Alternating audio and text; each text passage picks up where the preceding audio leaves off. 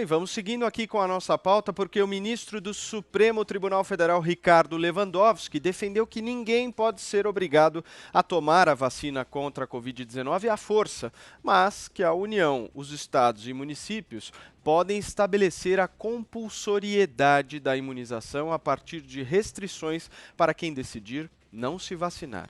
Segundo ele, essas medidas têm que ser tomadas com bases em evidências científicas e vir acompanhadas de informação sobre a eficácia, segurança e contraindicações dos imunizantes. Ele também defendeu que as vacinas devem ser distribuídas universal e gratuitamente. Lewandowski é o relator de duas ações que questionam a Lei 13.979, que foi aprovada em fevereiro e estabelece as medidas que podem ser adotadas no Brasil no combate à pandemia da Covid-19. Um dos artigos prevê as ações que autoridades podem adotar e, entre elas, está a vacinação compulsória. Em seu voto, Lewandowski defendeu que, atualmente, a obrigatoriedade da vacinação não contempla a imunização forçada, mas sim a aplicação de sanções indiretas, com vedações ao exercício de determinadas atividades ou à frequência de certos locais. Diogo Schelp, você começa essa. Olha, Paulo, essa questão da vacina obrigatória, de vacinar compulsoriamente, é só mais uma dessas polêmicas criadas aí pelos atritos entre João Dória e Bolsonaro, né? Uma polêmica que sequer precisava existir. Parece que quando um diz A, o outro diz B e assim continua indefinidamente. Do ponto de vista jurídico e constitucional, como a votação está demonstrando até agora, a última vez que eu vi o placar estava 3-0 a favor aí da compulsoriedade, né, da possibilidade de que seja compulsória a vacinação, não há nada de errado, né, em exigir isso. É uma prática que já existe nas campanhas de vacinação do país, obviamente não a vacinação forçada, mas há sanções para quem não vacina, por exemplo, os filhos, ou que não se vacina em algumas, dependendo da vacina. E pode ter outras implicações também, quer dizer, a vida de quem se recusa a vacinar pode ficar muito complicada em outros âmbitos. Por exemplo, as companhias aéreas já estão avaliando impedir que alguém embarque num voo se não tiver a vacina de Covid. Isso pode ser, inclusive, adotado por alguns países, né? Os países podem exigir que as pessoas que queiram ir visitá-los têm que tomar a vacina de Covid antes, têm que comprovar que tem a vacina de Covid. Isso, por exemplo, hoje em dia já existe para alguns países para a vacina de febre amarela. Então não seria nada muito diferente. Não querer vacinar apenas por uma questão política ou para seguir o exemplo do presidente Bolsonaro realmente não é nada sábio a se fazer. Muito bem, antes de passar aqui para o nosso Tomé, deixa eu só dar uma nota aqui, porque o Lewandowski acabou de autorizar que estados e municípios importem vacinas usadas em outros países se a Anvisa descumprir o prazo. O ministro do STF liberou a compra de qualquer vacina com aval no exterior se a Anvisa não expedir autorização em até 72 horas. Essa decisão acaba de sair. Tomé.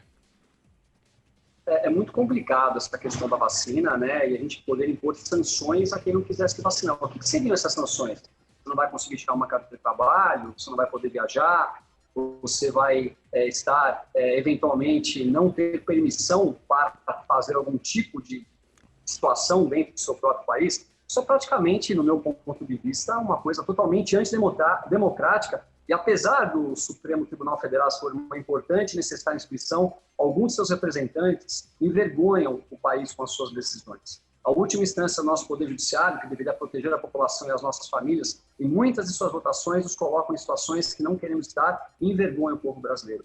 Esse é o sentimento da grande maioria dos brasileiros de bem. Um caso que é muito fácil, né, um grande exemplo, é a prisão em segunda instância, que soltou inúmeros criminosos no nosso país, inclusive o maior deles, né, o presidiário Luiz Inácio da Silva, o maior bandido deste país, e que se utilizou da simplicidade do povo brasileiro para montar o maior esquema de corrupção e a maior quadrilha que esse país já viu.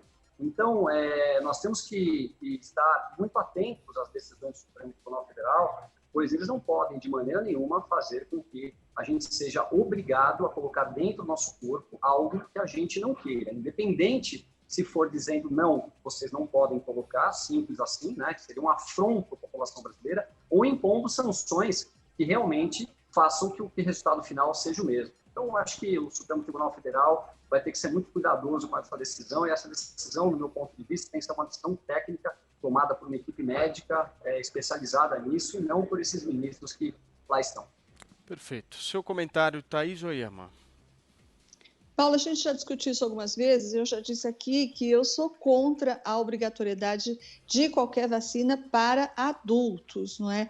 E nesse caso, eu vejo uma razão a mais para continuar sendo contra a obrigatoriedade da vacina contra o coronavírus, que é o fato de que todos os cientistas dizem que, dependendo da eficácia da vacina, 70% de cobertura, ou seja, se 70% de uma população já tomarem a vacina, isso significa que a imunidade de rebanho funciona. Então, esses 30%, digamos, que não querem tomar vacina, não tomem, não vai fazer diferença para o restante da população. E, até agora, pelo que a gente viu em relação às vacinas que estão mais próximas de ser aprovadas, todas elas têm uma eficácia muito boa, acima de 90%, tirando a de Oxford, né, que teve aquele problema e que sugeriu uma eficácia aí na casa dos 70%. Tirando essa, todas as outras têm uma eficácia acima de 90%, o que, então, torna essa imunidade de rebanho facilmente conquistável com esse 70% no máximo de população vacinada. Então, isso também desobriga a justiça a implementar essa coação aí de vacina obrigatória, né? Agora, também tem outra coisa, você não quer se vacinar, da mesma forma que o indivíduo não tem que ser obrigado a se vacinar, também o comerciante, o dono do restaurante não é obrigado a receber um sujeito que pode contaminar os seus outros clientes. Uma companhia aérea não é obrigada a incluir no seu voo alguém que pode transmitir para os outros passageiros o vírus. E outros países também não são obrigados a receber brasileiros ou gente de qualquer nacionalidade que não esteja vacinado e que possa vir a contaminar uma porção de gente nesse país.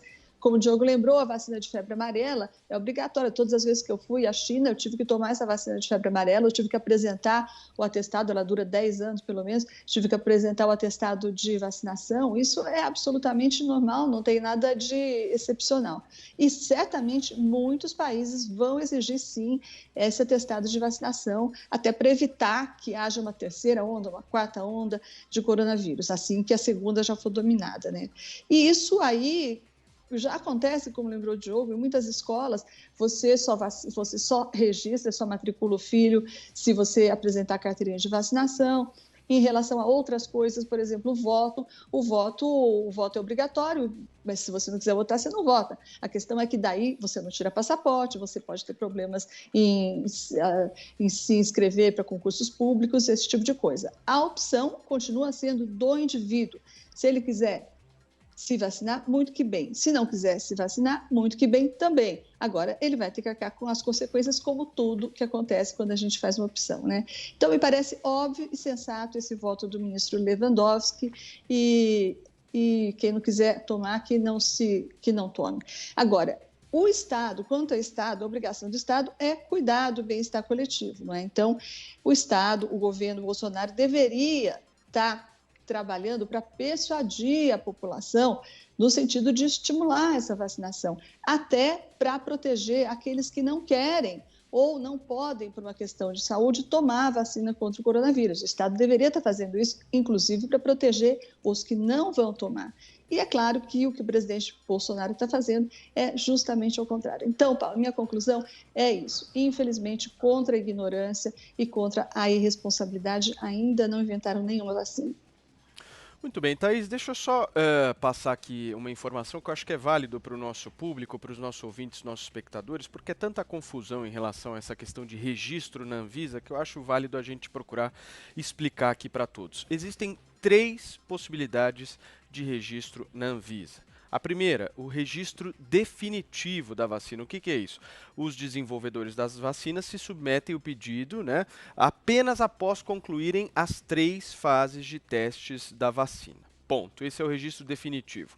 O uso emergencial, que vocês ouviram aí os nossos comentaristas falando, permite aos desenvolvedores das vacinas enviarem os dados que comprovem eficácia e segurança antes de terminarem a fase 3 da vacina. Na última segunda-feira, a Anvisa falou claramente que pode demorar até 10 dias para analisar aí esses pedidos de uso emergencial.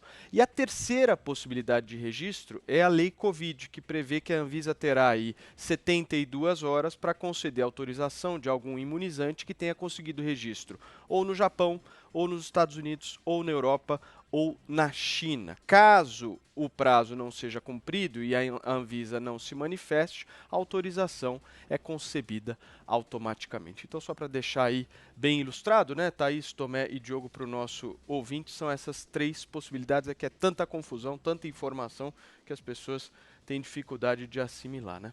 Podemos Posso só complementar? Por favor, Thaís, por favor.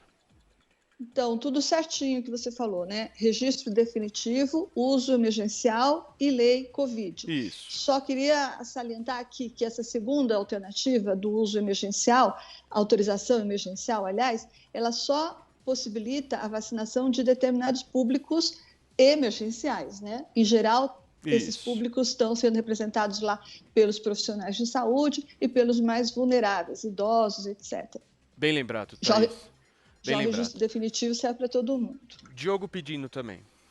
Sim, eu queria só problematizar algo que a Thaís falou anteriormente, né? Ela falou sobre a questão da imunidade de rebanho, o papel que a vacina pode ter nisso.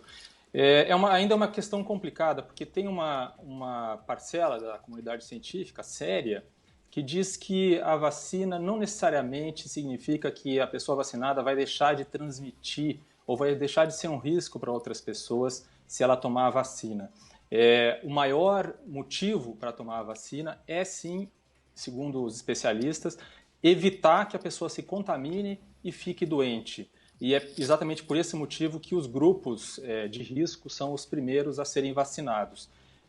A questão ali da transmissão, inclusive porque isso para dizer também que quem tomar a vacina deve continuar tomando os cuidados, os protocolos de segurança para não colocar outras pessoas em risco, inclusive usar máscaras e assim por diante.